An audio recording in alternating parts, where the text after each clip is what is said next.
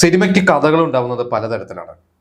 ചില എഴുത്തുകാർ അവരുടെ ജീവിതത്തിൽ നിന്ന് അവരനുഭവിച്ചതോ അല്ലെങ്കിൽ അവർ കണ്ടതോ ആയിട്ടുള്ള കാഴ്ചകൾ എന്നൊക്കെ അവർ സിനിമകൾ ഉണ്ടാക്കാറുണ്ട്. അത്തരത്തിലുള്ള ഒരു സംവിധായകന്റെ ഒരു സിനിമയുടെ ഒരു ഇൻസിഡന്റ്, ആ ഒരു ഇൻസിഡന്റിനെ കുറിച്ചും ആ ഒരു സിനിമയെ കുറിച്ചാണ് ഇന്ന് ഞാൻ നിങ്ങളോട് ഡിസ്കസ് ചെയ്യുന്നത്. സത്യനന്ദിക്കാട് ശ്രീനിവാസൻ കൂട്ടുകെട്ട് നമുക്ക് ഭയങ്കര ഇഷ്ടമാണ്. സത്യനന്ദിക്കാടിന്റെ സംവിധായകനും ശ്രീനിവാസൻ എന്ന എഴുത്തുകാരനും ശ്രീനിവാസൻ എന്ന നടനെയൊക്കെ നമ്മൾ അവരുടെയൊക്കെ സിനിമകളും ഒക്കെ അവരെ ഒരുപാട് നമ്മൾ ആരാധിക്കുന്നതാണ്. അപ്പൊ ഇവരുടെയൊക്കെ സിനിമകളെല്ലാം സംഭവിച്ചിട്ടുള്ള ഓരോ ഇൻസിഡൻസ് എന്നാണ്. അപ്പോൾ നമുക്കറിയാം നാടോടിക്കാറ്റ്, ഗാന്ധിനഗർ സെക്കൻഡ് സ്ട്രീറ്റ്, അല്ലെങ്കിൽ വരവേൽപ്പ്, സന്ദേശം, ഈ സിനിമകളെല്ലാം ശ്രീനിവാസൻ എവിടേക്കോ ശ്രീനിവാസന്റെ ജീവിതത്തിൽ അനുഭവിച്ചത് അല്ലെങ്കിൽ ശ്രീനിവാസൻ കണ്ടിട്ടുള്ള പല കഥാപാത്രങ്ങളൊക്കെ വെച്ചിട്ടാണ് സിനിമകളൊക്കെ ചെയ്തിട്ടുള്ളത്. അപ്പോൾ കുറെ വർഷങ്ങൾക്ക് മുമ്പ് ശ്രീനിവാസനും സത്യനന്ദിക്കാടും കൂടി തിരുവനന്തപുരത്ത് ഒരു ഹോട്ടലിൽ പോയി. അതൊരു വെജിറ്റേറിയൻ ഹോട്ടലായിരുന്നു. അപ്പോൾ അവിടെ ഓർഗാനിക് ഇതുകൊണ്ടാണ് എന്താ പറയുക, വെജിറ്റബിൾസ് ഒക്കെ വെച്ചിട്ടാണ് ഫുഡൊക്കെ ഉണ്ടാക്കുന്നത്. അപ്പോൾ ശ്രീനിവാസൻ ഒരു ഓർഗാനിക്കിന്റെ ആളാണ്. നമുക്കറിയാം അവസാന കാലത്ത് അദ്ദേഹം ഓർഗാനിക് ഫാമിങ്ങും കാര്യങ്ങളൊക്കെ ചെയ്തിട്ടുണ്ടാണ്. എന്നും അദ്ദേഹം ഈ വിഷരഹിതമായ പച്ചക്കറികളെ കുറിച്ചും അതിനെക്കുറിച്ചൊക്കെ അദ്ദേഹം ഭയങ്കര ആചാരമായിട്ട് സംസാരിക്കണം. അപ്പോൾ അദ്ദേഹത്തിന് ആ ഭക്ഷണമൊക്കെ ഭയങ്കരമായിട്ട് ഇഷ്ടപ്പെട്ടിട്ട് അദ്ദേഹം അതിൻ്റെ ഓണറെ പോയി പരിചയപ്പെട്ടു. അപ്പോൾ ഓണറോട് പറഞ്ഞു വളരെ നല്ല ഭക്ഷണമാണ് എന്നൊക്കെ പറഞ്ഞ് ഓണറോട് ഭയങ്കര കാര്യമായിട്ട് സംസാരിച്ചു. എന്നിട്ട് കുടുംബവിശേഷവും കാര്യങ്ങളൊക്കെ ചോദിച്ചപ്പോൾ ഓണർ പറഞ്ഞു അദ്ദേഹത്തിന് 2 ആൺകുട്ടികളാണ്. ഇളയ മകനാണ് അദ്ദേഹത്തിന്റെ കൂടെ ബിസിനസ്സും കാര്യങ്ങളൊക്കെ സഹായിക്കുന്നത്. മൂത്ത മകൻ നേവിയിലാണ്, പക്ഷെ 8 വർഷമായിട്ട് അദ്ദേഹം നാട്ടിലേക്ക് വന്നിട്ടില്ല എന്ന് പറഞ്ഞു. അപ്പൊ ഇത് കേട്ട് കഴിഞ്ഞപ്പോൾ സത്യനന്ദിക്കാടിനൊക്കെ ഒരു ഭയങ്കര ഷോക്കിംഗ് ആയി. 8 വർഷമായിട്ട് ലീവ് കിട്ടിയില്ലേ എന്നുള്ള ഒരു രീതിയിൽ പറഞ്ഞു ലീവിന്റെ അല്ല, അവരെ അവിടെ പറഞ്ഞു കേട്ടിട്ടുള്ളത് ഈ മകൻ ഷിപ്പിന്ന് കാണാതെയായി, അതായത് മകന് ഷിപ്പിന്ന് കാണാതെയായി എന്നാണ് പറഞ്ഞത്. അപ്പോൾ ഷിപ്പിന്ന് കാണാതെയായി എന്ന് പറഞ്ഞു കഴിഞ്ഞപ്പോൾ സത്യനന്ദിക്കാടിന് മനസ്സിലായി, അതായത് ഇത് ആ മകൻ മരിച്ചു പോയതാണ്. ഷിപ്പിന്ന് കാണാതെ ആവുക എന്ന് പറഞ്ഞു കഴിഞ്ഞാൽ ഒരിക്കലും ഇനി തിരിച്ച് ഇത്ര വർഷമായിട്ട് തിരിച്ചു വരില്ല എന്ന് പറഞ്ഞത് അത് മനസ്സിലാക്കണ്ട. പക്ഷെ ആ അച്ഛൻ ഒരിക്കലും അത് അക്സെപ്റ്റ് ചെയ്തിട്ടില്ല. അതായത് ആ മകൻ മരിച്ചു പോയി എന്നുള്ളത് ആ അച്ഛൻ ഒരിക്കലും അക്സെപ്റ്റ് ചെയ്യാൻ പറ്റില്ല. അദ്ദേഹം പ്രതീക്ഷിക്കുന്നത് ഈ പറഞ്ഞ പോലെ മകൻ വേറെ എവിടെയെങ്കിലും ഉണ്ടാവും, ആരെങ്കിലും രക്ഷപ്പെടുത്തിയിട്ടുണ്ടാവും എന്നൊക്കെ പറഞ്ഞ ആ ഒരു പ്രതീക്ഷയിലാണ് അദ്ദേഹം ഇരിക്കുന്നത്. അങ്ങനെ ഇവര് അവിടുന്ന് പുറത്തിറങ്ങി. അപ്പൊ ഇവരുടെ മനസ്സിൽ ഇത് കിടന്ന് അലട്ടുന്നുണ്ടായിരുന്നു. സത്യനന്ദിക്കാട് ഇതിന് ശേഷം ഇത് വീട്ടിൽ പോയി മക്കളുടെ അടുത്ത്, അഖിൽസത്തിന്റെ അടുത്ത്, മാനവസത്തിന്റെ അടുത്തൊക്കെ പറഞ്ഞു. അന്ന് അവര് സിനിമയിലേക്ക് വന്നിട്ട് അവര് പഠിത്തമൊക്കെ കഴിഞ്ഞിട്ട് അവര് വിപ്രോയിലോ എവിടെയോ ജോലി ചെയ്യുന്ന ഒരു സമയമാണ്. അപ്പൊ മക്കളുടെ അടുത്ത് ഈ ഇൻസിഡൻസ് ഒക്കെ പറഞ്ഞു. അപ്പൊ ഇത് വർഷങ്ങൾ കഴിഞ്ഞിട്ട് മകൻ അഖിൽ സത്യൻ പാച്ചും അത്ഭുത വിളക്ക് എന്ന് പറഞ്ഞ സിനിമ ചെയ്തു. നമ്മളെല്ലാവരും കണ്ടിട്ടുള്ള ഒരു രസമുള്ള സിനിമയാണ്. ശരിക്കും ഒരു സത്യനന്ദിക്കാട് സിനിമയുടെ ഒരു പാറ്റേൺ തന്നെയാണ്. അതായത് അഖിലും അനുവ് വരാനാവശ്യമുള്ള സിനിമയിലൂടെ വന്നു. അഖിൽ സത്യൻ ഈ പറഞ്ഞ പാച്ചു അത്ഭുതങ്ങൾക്ക് അത് കഴിഞ്ഞിട്ട് ഇപ്പം സർവമായൊക്കെ ചെയ്തു.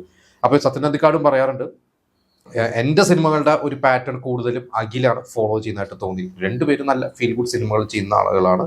അതിൽ കൂടുതൽ അഖിലാണ് എൻ്റെ സിനിമകളായിട്ട് റിലേറ്റ് ചെയ്യുക എന്ന് തോന്നിയിട്ടുണ്ടെന്ന് പറഞ്ഞു. അങ്ങനെ പാച്ചു അത്ഭുതങ്ങൾക്ക് സിനിമയിൽ നമ്മൾ കണ്ടിട്ട ഫഹദിന്റെ കഥാപാത്രം ഈ പറഞ്ഞ പോലെ തന്നെ ഗോവയിൽ പോകുന്നതും അതിൽ ആ ഹംസധ്വനി എന്ന് പറഞ്ഞ ആ ഒരു നായിക കഥാപാത്രത്തെ പരിചയപ്പെടുന്നുണ്ട്. അതിൽ ഹംസധ്വനി കടൽ നോക്കിയിട്ട് ഇങ്ങനെ പറയുന്ന ഒരു സംഭവമുണ്ട്. അതായത് ബ്രദർ കാണാതെ പോയി ബ്രദറിനെ കാത്തിരിക്കുകയാണ് എന്ന് പറയുന്നത് ആ ഒരു ഭയങ്കര ഇമോഷണൽ ആയിട്ട് സീനാണ്.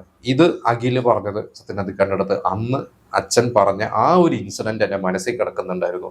അതെന്നാണ് ഞാൻ ഈ ഒരു കഥ ഉണ്ടാക്കിയെടുത്തിട്ടുള്ളതാണ്. അപ്പൊ സത്യനന്ദിക്കാടിനത് ഭയങ്കര സർപ്രൈസിങ്ങും അതേപോലെ തന്നെ ഭയങ്കര അഭിമാനമായി. കാരണം മകൻ തന്നെ പോലെ തന്നെ ചിന്തിക്കുന്നു ഒരു കാര്യം. പിന്നെ ഒന്ന് ഇതേപോലെ ഇത്ര വർഷങ്ങൾക്ക് മുമ്പ് പറഞ്ഞ ആ ഒരു ഇൻസിഡന്റ് അന്ന് സത്യനന്ദിക്കാട് പറയുമ്പോൾ അങ്ങനെ ഒരു സിനിമയ്ക്കുള്ള ഒരു കഥയാന്ന് പ്രതീക്ഷ പറഞ്ഞു തോന്നില്ല. പക്ഷെ ആ മകന്റെ മനസ്സിൽ ഇത് കിടന്നു. മകൻ അതിലൊരു സിനിമയ്ക്കുള്ള ഒരു കഥ കണ്ട് അല്ലെങ്കിൽ ഒരു സിനിമ എഴുതുമ്പോൾ ഒരു സ്ക്രിപ്റ്റ് എഴുതുമ്പോൾ അതിലൊരു ഇൻസിഡന്റ് കണ്ടെത്തി അതിലോട്ട് പ്ലേസ് ചെയ്തു എന്ന് പറയുന്നത് ഒരു റൈറ്ററുടെ അല്ലെങ്കിൽ ഒരു ഫിലിം മേക്കറുടെ ഒരു ബ്രില്യൻസ് തന്നെയാണ്. അപ്പോൾ ഇത് തന്നെയാണ് ശ്രീനിവാസനൊക്കെ ചെയ്യാറ്. ശ്രീനിവാസനും നാടോടിക്കാറ്റും ഗാന്ധിനഗറും സൽമാൻ നസറും സമാധാനം ഒക്കെ ചെയ്യുമ്പോൾ ഇങ്ങനെ തന്നെയായിരുന്നു. ഇതൊരു സൽമാൻ നസറും സമാധാനം എന്ന സിനിമയുടെ ക്ലൈമാക്സിൽ ഒരു ഒറ്റ ഡയലോഗ് ആ സീൻ എഴുതുമ്പോൾ സമയത്ത് സത്യനന്ദിക്കാട് പറഞ്ഞ ശ്രീനിവാസന് അങ്ങനെ എന്ത് ചെയ്തിട്ടും എഴുത്ത് ശരിയാവുന്നില്ല. അങ്ങനെ ഒരു ദിവസം റൂമിലോട്ട് വന്നു കഴിഞ്ഞപ്പോൾ ശ്രീനിവാസൻ അവിടെ കിടക്കുന്നുണ്ട്. അപ്പോൾ അവിടെ ഒരു സ്ക്രിപ്റ്റ് എഴുതിയിട്ടുണ്ട്, ഒരു സീൻ പേപ്പർ എഴുതി വെച്ചിട്ടുണ്ട്. അപ്പോൾ സത്യനന്ദിക്കാട് ചോദിച്ചു ക്ലൈമാക്സ് ആയോ എന്ന് ചോദിച്ചപ്പോൾ ശ്രീനിവാസൻ പറഞ്ഞത് ക്ലൈമാക്സ് എന്ന് പറയാൻ പറ്റുമോ സീൻ എന്ന് പറയാൻ പറ്റുമോ എന്ന് അറിയില്ല, ഞാൻ എഴുതിയിട്ടുണ്ട് എന്ന് പറഞ്ഞു കഴിഞ്ഞപ്പോൾ സത്യനന്ദിക്കാട് എടുത്ത് വായിച്ചു നോക്കി. അപ്പോൾ അതിൽ എഴുതിയിരിക്കുന്ന അമ്മ മകനോട്, അതായത് മോഹൻലാലിന്റെ കഥാപാത്രത്തിനോട് അമ്മ കഥാപാത്രം പറയുന്നതാണ് കടക്കാരില്ലാത്ത ഒരു നാട്ടിലേക്ക് നമുക്ക് പോകാം എന്ന് പറയുന്നത്. അപ്പോൾ സത്യനന്ദിക്കാട് പറഞ്ഞു ഇത് തന്നെയാണ് ആപ്റ്റ്.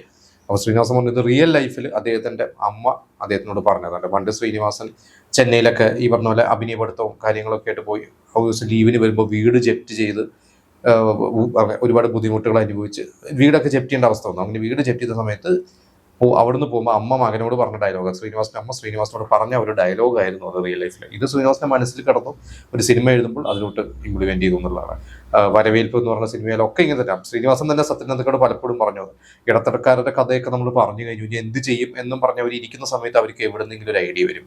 അങ്ങനെ വന്ന ഐഡിയകൾ പിന്നെയും അവർ സിനിമ ചെയ്യും. അത് യാത്രക്കാരുടെ ശ്രദ്ധയ്ക്കും അങ്ങനെ ഞാൻ പ്രകാശനും വരെയുള്ള സിനിമകളൊക്കെ അങ്ങനെ ഉണ്ടായിട്ടുള്ളതാണ്. അപ്പൊ എന്തായാലും ഇതുപോലെ ജീവിതത്തിൽ നിന്ന് ഇൻസ്പയർ ചെയ്തിട്ടാണ് പലവരുടെയും പല എഴുത്തുകൾ സംഭവിക്കുന്നത്. ആ എഴുത്തുകൾ കൂടുതൽ ആളുകൾക്ക് അക്സെപ്റ്റ് ചെയ്യാൻ, ആളുകൾക്ക് റിലേറ്റ് ചെയ്യാൻ പറ്റുന്നതൊക്കെ ഈ പറയുന്ന പോലെ തന്നെ റിയൽ ലൈഫിൽ നിന്ന് എടുക്കുന്നതോട് തന്നെയാണെന്നുള്ള കാര്യം ഉറപ്പ് തന്നെയാണ്. അതൊക്കെ തന്നെയാണ് ഈ പറഞ്ഞ സത്യനന്ദിക്കാടിൻ്റെയും ശ്രീനിവാസന്റെ ഒക്കെ സിനിമകളുടെ വിജയം. ഇപ്പൊ അവരുടെ മക്കളും ആ ഒരു പാറ്റേൺ തന്നെ ഫോളോ ചെയ്യുന്നു. സർവമായ പോലത്തെ സിനിമകളൊക്കെ ഇനിയും ഇതുപോലെ നല്ല നല്ല വിജയ സിനിമകൾ അവരുടെ മക്കളുടെ അടുത്തുനിന്നും, ഈ പറഞ്ഞ വിനീത് ശ്രീനിവാസും അതുപോലെ തന്നെയാണ്. വിനീത് ശ്രീനിവാസനായാലും അഖിൽ സത്യൻ ഇവരുടെ അടുത്തൊക്കെ ഇനിയും സംഭവിക്കട്ടെ.